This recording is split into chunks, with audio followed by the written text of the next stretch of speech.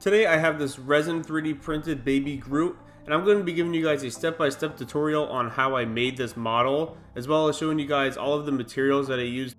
So without wasting any more time, let's jump straight into the video.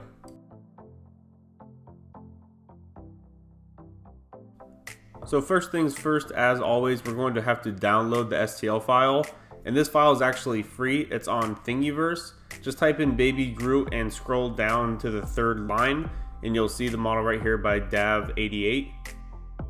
I'll leave a link down in the description so that way you guys can download this file straight from Thingiverse. And once you get here, all you're going to do is scroll down, click on files, and then click the download button. Once I downloaded the STL file, I threw it into my slicer, sliced it, and then printed it. And as you guys can see, I printed him out on my Mars 5 Ultra. And once I took him off of the machine, it was just a matter of using isopropyl alcohol, a heat gun, and a scraper to get him off of the bed. Using a heat gun on these helps soften up the build plate adhesion and the supports, so that way it's easier to take the model off.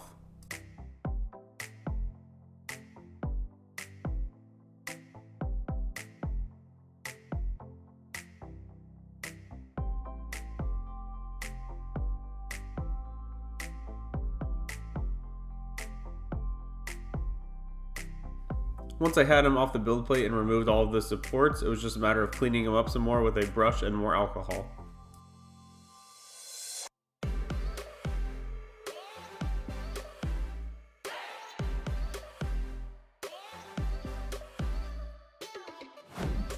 After letting it dry overnight, I hit it with a coat of this Vallejo surface primer.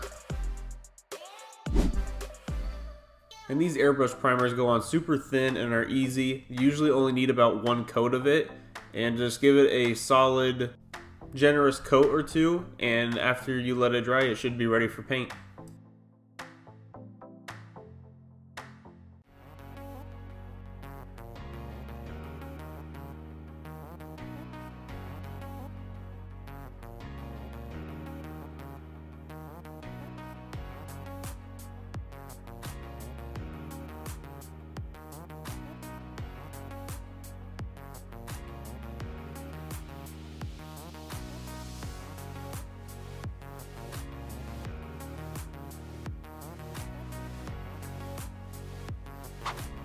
Once I let the primer set, I moved on to my first coat of paint, and for the first color I chose this coffee brown, and I chose this color because it'll really help with the shadowing.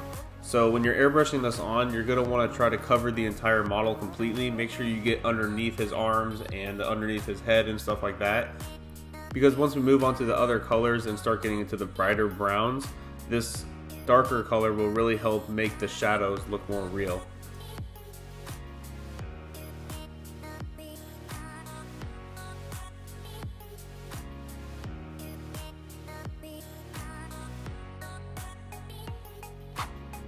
Once I let the paint dry, I moved on to this light brown color.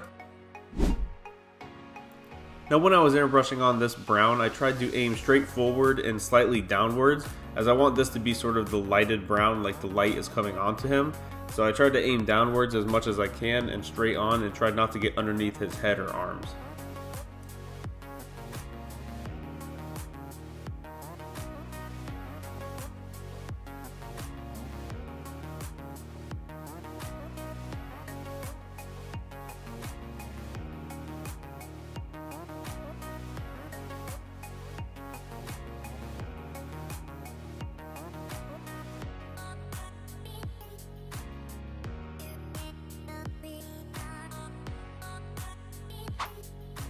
Once I was happy with how the main color of the model turned out, I moved on to this green, which I'm going to be using on the top part of his head. And as you guys can see, I'm just trying to lightly dust the top of his head, as it kind of has sort of a faded green color in the movie. So I was just trying to replicate that a little bit with the airbrush and just misting the edge of his head and on top.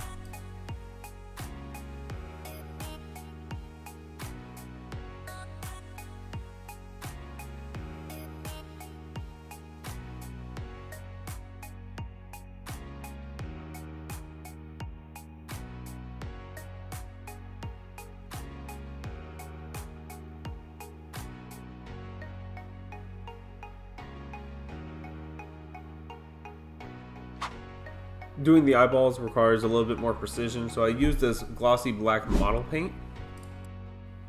And using a precise paintbrush, I just brushed on the color onto the eyes.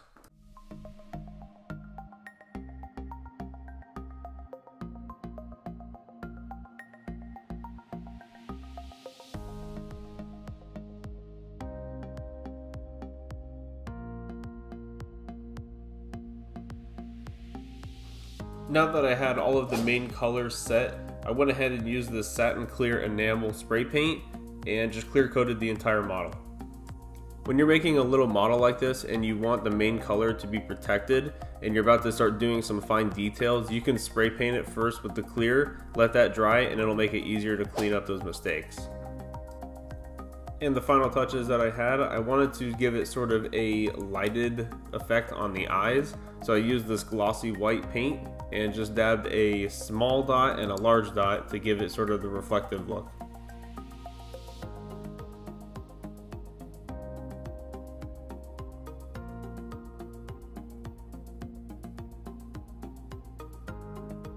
And that's all I got for you guys. I hope you all enjoyed the video. If you did, let me know what character I should make next. I'm having a lot of fun making these small resin printed models. So if you enjoyed these as well, let me know who I should make next. And as always, I'll see you guys in the next video.